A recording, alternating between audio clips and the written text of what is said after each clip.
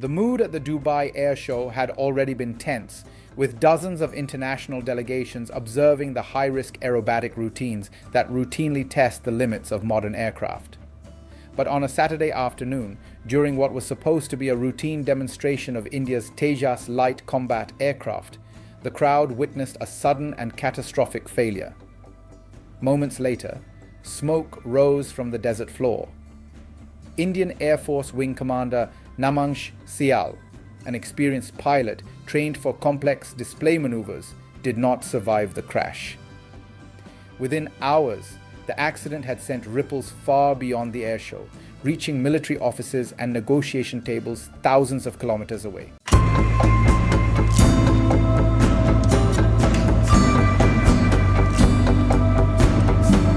In Yerevan, Armenian officials quietly confirmed that their government was suspending negotiations for the purchase of a fleet of Tejas fighters from India.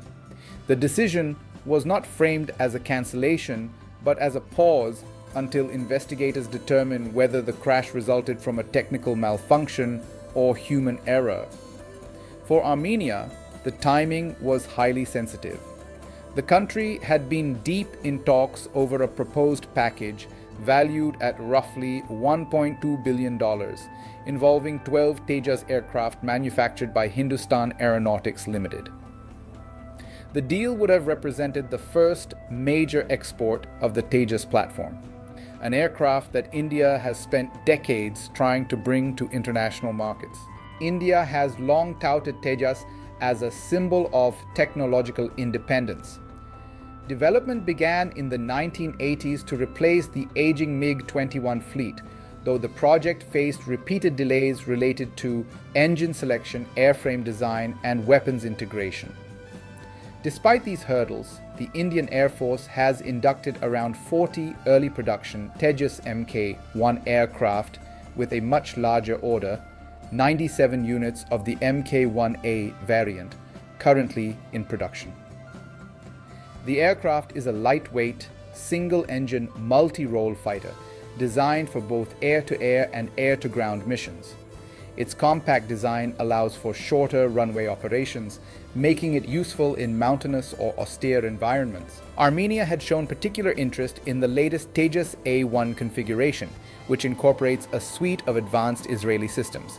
These include ELTA's ASA radar, an electronic warfare package, an updated Elbit helmet-mounted display, and Rafael's Darby beyond visual range missiles. For Armenia, whose air fleet still contains older Soviet-era platforms, this package offered a relatively affordable way to modernize air defenses. The country has been reassessing its security posture following regional tensions and the shifting balance of power in the South Caucasus. However, the fatal crash at the Dubai Airshow introduced a degree of uncertainty that Armenia felt compelled to address. The public had seen only the dramatic visuals, but defense officials were more focused on what the accident implied. The cause of the crash remains unknown. Indian authorities have stated that both pilot behavior and mechanical malfunction are being examined, but no initial findings have been released. For a prospective buyer, especially one investing over $1 billion, unanswered questions create risk. Armenia's temporary suspension reflects a desire to see whether the airplane's design, flight control systems, or engine reliability played any role in the accident. The crash also complicates India's efforts to position itself as an emerging exporter of advanced defense technology. The Tejas program in particular has been central to New Delhi's ambition to reduce reliance on foreign suppliers and build a defense export industry capable of competing with established players like France, Russia, and China. Securing Armenia as the first international buyer would have served as a major endorsement, potentially influencing deals with nations in Southeast Asia, Africa, and Latin America. HAL officials had previously expressed optimism, describing Armenia as one of the most serious early contenders. The regional context further underscores the significance of the suspended deal. Armenia has recently sought to diversify its military partnerships, especially after repeated strains in its relationship with Russia, a long-standing defense ally. The aftermath of the 2020 Nagorno-Karabakh conflict pushed Yerevan to reassess its dependencies, leading to increasing cooperation with countries like France, India, and Greece. India has already supplied Armenia with Pinaka rocket artillery systems, surface-to-air missiles, and radar systems, marking a notable expansion in bilateral defense ties. The Tejas acquisition was meant to be the next step, a shift from ground-based capabilities to air power modernization. From the Indian perspective, the Tejas crash risks not only delaying the Armenian deal, but also prompting renewed scrutiny from other potential buyers.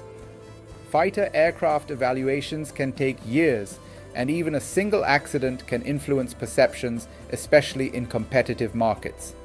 Many countries weigh not only performance, but also long-term reliability. And for a platform still navigating its first major exports, momentum is crucial. The United States, France, and China have all experienced the political consequences of crashes during demonstration flights, showing how sensitive such events can be in shaping export narratives. Yet, the crash also highlights the broader challenges faced by indigenous fighter programs worldwide. Lightweight fighters like Tejas are often intended to combine affordability with sufficient combat capabilities for small or mid-sized air forces, but they also require exceptionally rigorous testing, especially given the high-risk conditions under which aerobatic displays occur. India has invested heavily in refining the Mark 1A's avionics and electronic systems, and the aircraft has undergone hundreds of flight trials. Nonetheless, international buyers typically seek years of operational data before committing to large-scale purchases.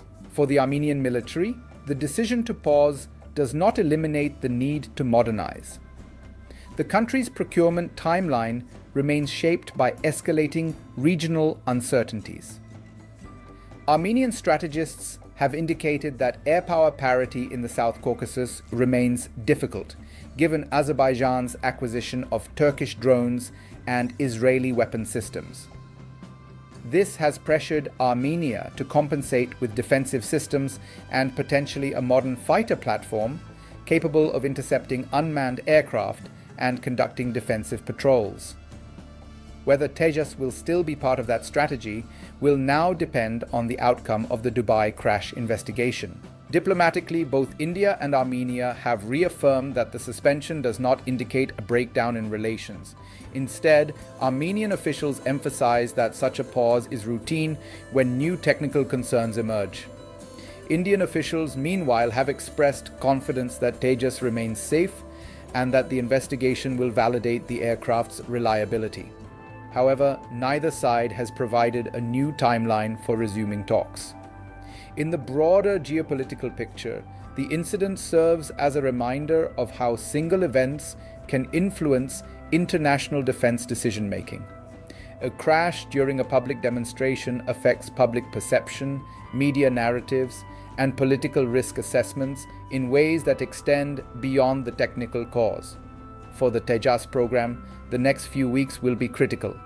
Investigators must determine what happened, HAL must communicate transparently, and India must reassure potential buyers that the platform remains a viable and competitive option. Armenia will be watching closely, not only because of its own procurement decisions, but because the outcome will shape whether it can rely on India as a long-term defense partner. For now, the negotiations remain halted, and the future of the Tejas export program hangs in a delicate balance shaped by a single tragic event in Dubai's desert skies.